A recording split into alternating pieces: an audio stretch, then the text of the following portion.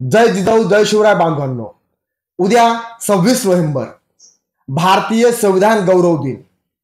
आपण आजच्या या व्हिडिओत भारतीय संविधानाच्या वैशिष्ट्याविषयी माहिती बघणार आहोत। भारताचा सर्वोच्च कायदा भारतीय संविधान आहे। भारताचा राष्ट्रीय ग्रंथ भारतीय संविधान आहे। आपल्या देशाचा संपूर्ण राज्यकारभार हा भारतीय संविधानातील तरतुदीनुसार चालतो। भारतीय संविधान लिहिण्यासाठी 9 डिसेंबर 1946 रोजी सुरुवात झाली आणि 26 नोव्हेंबर 1949 रोजी भारतीय संविधान लिहून पूर्ण झाले आणि संविधान सभेने ते स्वीकृत केले।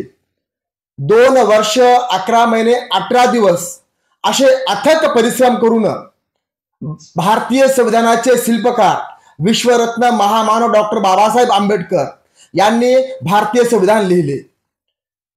डॉक्टर बाबासाहेब आंबेडकर हे राज्यशास्त्राचे, समाजशास्त्र, अर्थशास्त्र, इतिहास, कायद्याचे गाढे अभ्यासक होते। जगातील त्यांनी विविध संविधानांचा तुलनात्मक अभ्यास केला आणि एक चांगलं असं भारतीय संविधान लिहिलं। आता या भारतीय संविधानाची वैशिष्ट्य, पहिलेच वैशिष्ट्य आहे भारतीय संविधान हे जगातील लिखित आणि सर्वात मोठं संविधान आहे। आपण जर इंग्लंडचं संविधान बघितलं, अलिखित आहे। अमेरिकेचे संविधान लिखित स्वरूपाचं आहे, पण भारतीय संविधान हे लिखित आहेच, पण त्यासोबत सर्वात मोठं संविधान आहे। आपल्या देशाच्या शासनांची रचना, त्यांची कार्यपद्धती, नागरिकांचे मूलभूत हक्क, कर्तव्य, मार्गदर्शक तत्वे या सर्व गोष्टींचा समावेश भारतीय संविधानात करण्यात आलेला आहे। दुसरं वैशिष्ट्य संसदीय शासन पद्धती। भारताने संसदीय शासन पद्धतीचा स्वीकार केलेला आहे। कायदे मंडळ हे कार्यकारी मंडळाला जबाबदार असते। प्रधानमंत्री आणि त्यांचं मंत्रिमंडळ हे लोकसभेला जबाबदार असते। लोकसभा या सभागृहात बहुमत असेपर्यंत कायदे मंडळ हे, मंत्रिमंडळ हे सत्तेमध्ये असते। तसेच संघराज्य हे तिसरं वैशिष्ट्य आहे। भारत हा भौगोलिक दृष्टिकोनातून विस्तीर्ण देश आहे, त्यामुळे राज्याचा संघ बनलेला आहे। त्यासाठी त्यांनी केंद्र शासन आणि राज्य शासन अशा पद्धतीने सत्तेची विभागणी केली आणि सत्तेची विभागणी करून केंद्र पातळीवर एक शासन आणि राज्य पातळीवर दुसरे शासन आणि केंद्र शासनाकडे अधिकचे अधिकार दिलेले आहेत। भारत हे एक सार्वभौम राष्ट्र आहे। भारतावर कोणत्याही परकीय देशांचं वर्चस्व नाही किंवा त्यांचं नियंत्रण नाही। त्यामुळे भारत आपल्या देशासंदर्भात, देशातील नागरिकांसंदर्भात स्वतंत्रपणे निर्णय घेऊ शकतो, कायदे करू शकतो। भारत हे एक लोकशाही राष्ट्र आहे। सत्तेचं उगमस्थान हे लोक आहेत। लोकांना मतदानाचा अधिकार आहे। मतदानाच्या अधिकाराच्या माध्यमातून ते आपले प्रतिनिधी निवडतात आणि राज्यकारभार चालतात।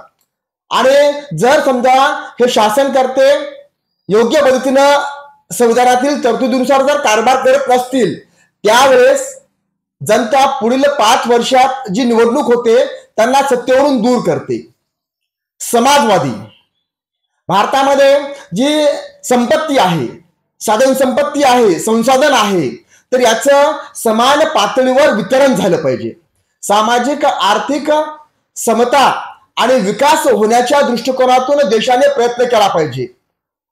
तसेच गणराज्य, भारतातला राष्ट्रप्रमुख हा जनतेकडून अप्रत्यक्षरित्या निवडून जातो, तो वंश परंपरेने निवडून येत नाही। आणि आपण समोर बघितलं तर भारतीय संविधान हे अंशतः परिवर्तनीय आणि अंशतः परिदृढ आहे।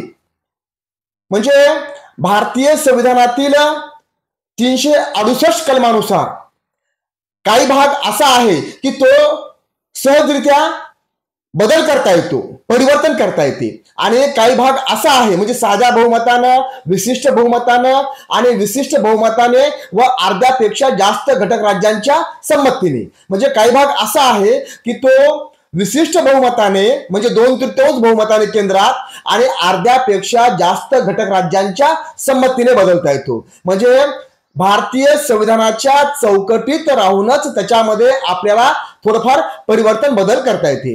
त्याचबरोबर भारतीय संविधानाचे विविध स्त्रोत आहेत. आपण संसदीय शासन पद्धती इंग्लंडकडून घेतलेली आहे. मूलभूत हक्क व न्यायालयीन पुनर्विलोकन हे आपण अमेरिकेकडून घेतलेलं आहे. जी राज्य धोरणाची मार्गदर्शक तत्वे आहेत ती आपण आयर्लंडकडून घेतलेली आहे. आणि 1935च्या कायद्याचा प्रभाव हा आपल्या संविधानावर दिसेल. आणि सर्वात महत्वाची गोष्ट म्हणजे भारतीय संविधानाचे निर्माते डॉक्टर बाबासाहेब आंबेडकर हे कायद्याचे गाढे अभ्यासक होते.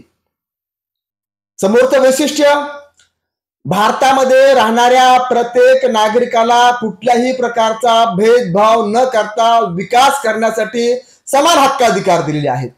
जात, धर्म, वंश, प्रांत, भाषा, स्त्री पुरुष, गरीब श्रीमंत अशा कुठल्याच प्रकारचा भेदभाव केलेला नाही. त्यांचा विकास व्हावा यासाठी मूलभूत हक्क आणि त्याचबरोबर नागरिकांची काही कर्तव्य देखील दिलेली आहेत. त्यामध्ये राष्ट्रगीत, राष्ट्रध्वज, भारतीय संविधानाचा सन्मान केला पाहिजे, राष्ट्रपुरुषांविषयी आपण आदर सन्मान केला पाहिजे, पर्यावरणाचं संरक्षण संवर्धन केलं पाहिजे. पुढचं वैशिष्ट्य, राज्य धोरणाची मार्गदर्शक तत्वे.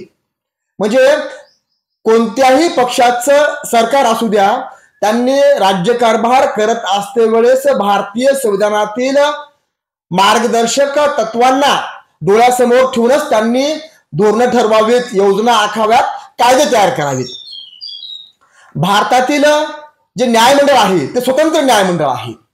म्हणजे कायद्याला अर्थ लावण्याचं काम आणि नागरिकांच्या मूलभूत हक्कांचं संरक्षण संवर्धन करण्याचं काम या न्यायमंडळावर आहे. आणि त्यांना निर्भीड आणि निपक्षपातीपणे कार्य करता यावं यासाठी स्वतंत्र न्यायमंडळाची व्यवस्था केलेली आहे. तसेच भारतात संघराज्य आहे. संघराज्य जरी असेल तरी एकेरी नागरिकत्व आहे. म्हणजे अमेरिकेत जर बघितलं तर एक देशाचं नागरिकत्व आणि दुसरं राज्यांचे नागरिकत्व म्हणजे त्या ठिकाणी दुहेरी नागरिकत्व आहे. पण भारतामध्ये एकेरी नागरिकत्व आपल्याला बघायला मिळते. तसेच प्रौढ मताधिकार म्हणजे आपण आपला या लोकशाही असल्यामुळं राजकीय निर्णय प्रक्रियेत सहभाग असावा यासाठी आपल्याला प्रौढ मताधिकार दिलेला आहे.